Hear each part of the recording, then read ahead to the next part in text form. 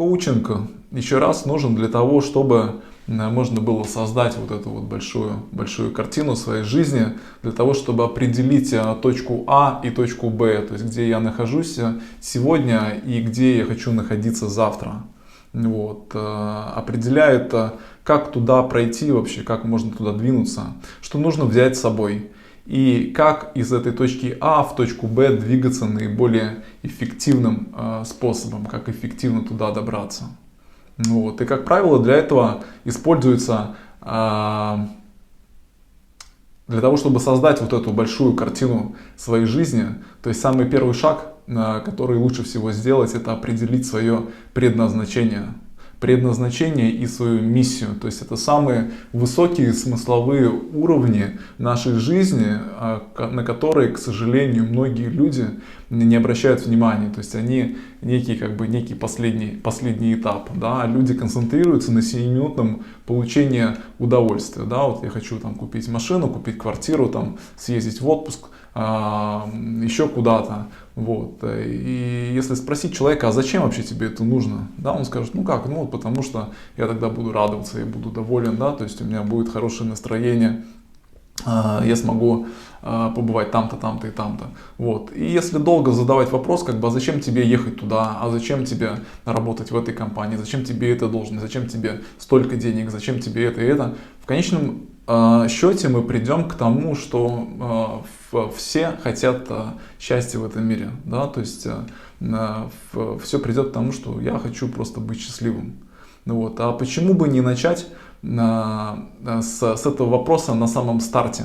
То есть не приходить к нему через метод откидывания, да, то есть как делают многие люди. То есть они хотят быть счастливыми, покупают машину, поездили на ней год-два, ага, это не делает меня счастливым больше, как бы откидывают. Так, что новое, как бы, ну, нужна, наверное, машина лучше, да. И опять тратит годы жизни для того, чтобы купить там машину лучше, для того, чтобы построить больший дом, для того, чтобы съездить в какое-то более экзотическое место и так далее, и так далее. Как бы счастье же это вообще не про приобретение. Счастье это нечто другое. Счастье это когда есть смысл, когда ты понимаешь, зачем ты существуешь. То есть это как раз вопрос вот этого предназначения, вот этой вот миссии. Да, с высших смысловых уровней нашей жизни. Вот, и здесь такая же история, то есть миссия может быть личная, миссия может быть компании, то есть если речь идет о личной, тогда это сферы жизни, да, роли, которые мы хотим исполнять в этой жизни, из чего это состоит, то есть мы хотим быть успешными родителями, успешным мужем, успешным сыном или дочерью, другом верным там, и так далее, и так далее. То есть это набор вот этих вот ролей, как бы, и вот те вещи, которые делают нашу жизнь балансированной. То есть когда она не зависит только от извлечения прибыли там, в компании там, или еще что-то, когда этих сфер несколько, они все сбалансированы, и одна не доминирует над другими. То есть есть вот этот вот баланс, и когда счастье приходит и от общения, счастье приходит и от достижения результатов, счастье приходит и от дружеских отношений, там, да, родительские отношения есть, супружеские. И как бы это вот такая вот система, которая поддерживает. И следующее это профессиональная. То есть обязательно, когда занимаешься профессиональной деятельностью, нужна миссия. То есть не работает это таким образом, что я хочу просто больше денег, много денег, дайте мне много денег. Хочу миллион, миллиард, 100, 150. Если мы посмотрим вообще на опыт иностранных бизнесменов, да, то есть как ни крути, на самом деле здесь мы намного отстаем с точки зрения бизнеса от стран Запада. Да? Если взять, допустим, Соединенные Штаты Америки, вот я был удивлен узнать, что в правила страхования, как бы вот основные такие схемы, они вырабатывались еще в 1922 году, представляете? То есть, где были мы в России в 1922 году? Ну, занимались, очевидно, совсем другими вещами. Совсем другая концепция была. Да, был социализм, другая идеология совсем была. Вот. Правила рекламы, основные книги писались в 1956-х, по-моему, там, в 60-х годах. То же самое касается маркетинга. То есть, где была реклама и где был маркетинг в России, в Советском Союзе в 1960-х годах.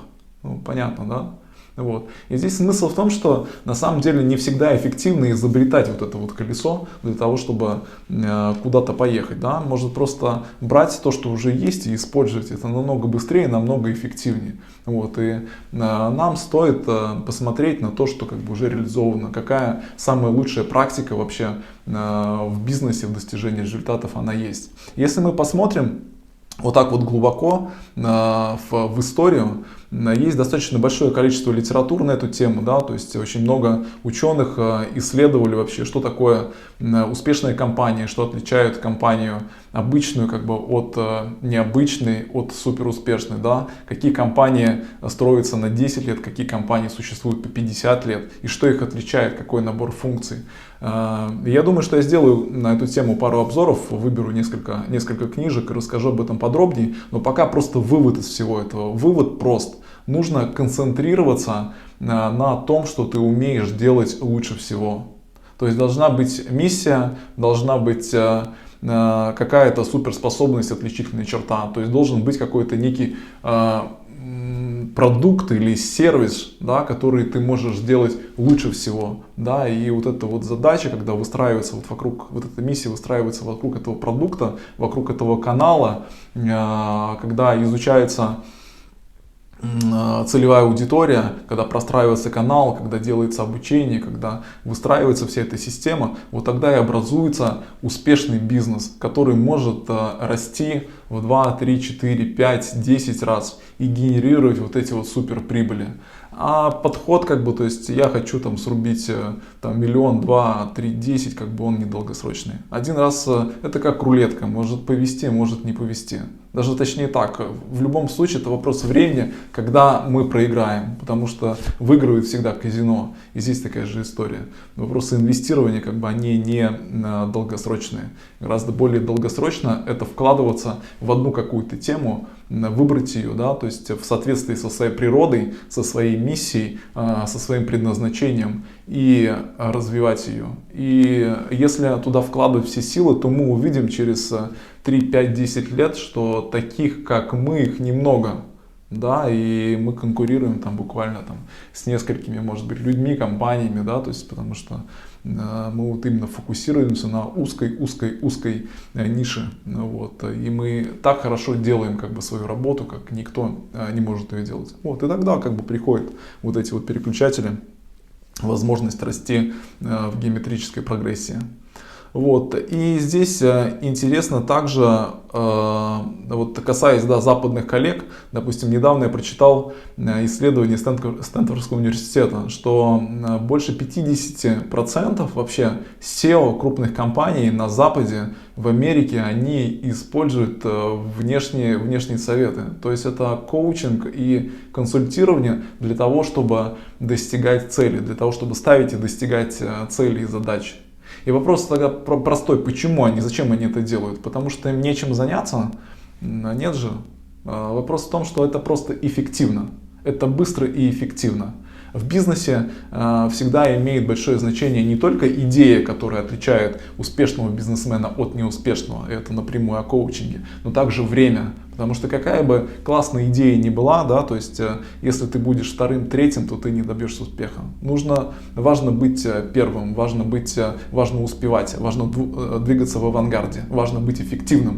И бизнес — это вообще про эффективность, это умение собрать огромное количество ресурсов и вложить их в какое-то узкое дело, да, то есть и вот с этим лазерным фокусом, суперэффективностью, как бы, то есть их приумножить, то есть сделать что-то такое, что не делает никто.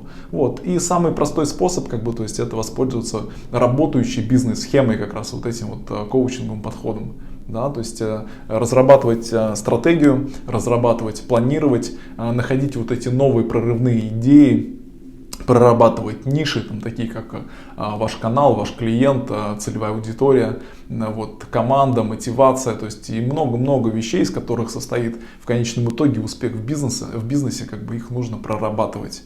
И прорабатывать их правильно с профессионалами, чтобы это было быстро и эффективно, потому что в конечном итоге это экономия времени. Самостоятельно мы рано или поздно приходим к каким-то выводам, да, но скорее поздно, чем рано. И иногда это слишком поздно. А за это время уходят ресурсы, уходит время, мы теряем свои позиции в бизнесе. Поэтому очень важно как бы эти вещи все закрывать как можно быстрее. Такая же история в спорте. Очень простой пример, что никогда не задумывались, почему у каждого профессионального спортсмена есть свой тренер.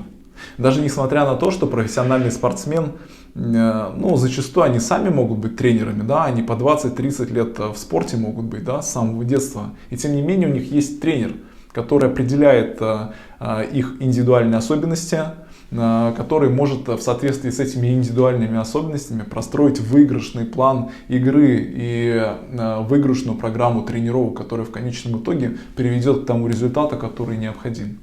Вот. Это эффективно, это просто, это тратит время. То есть, может быть, спортсмен и самостоятельно мог бы этим заниматься, но самостоятельно занимает больше времени.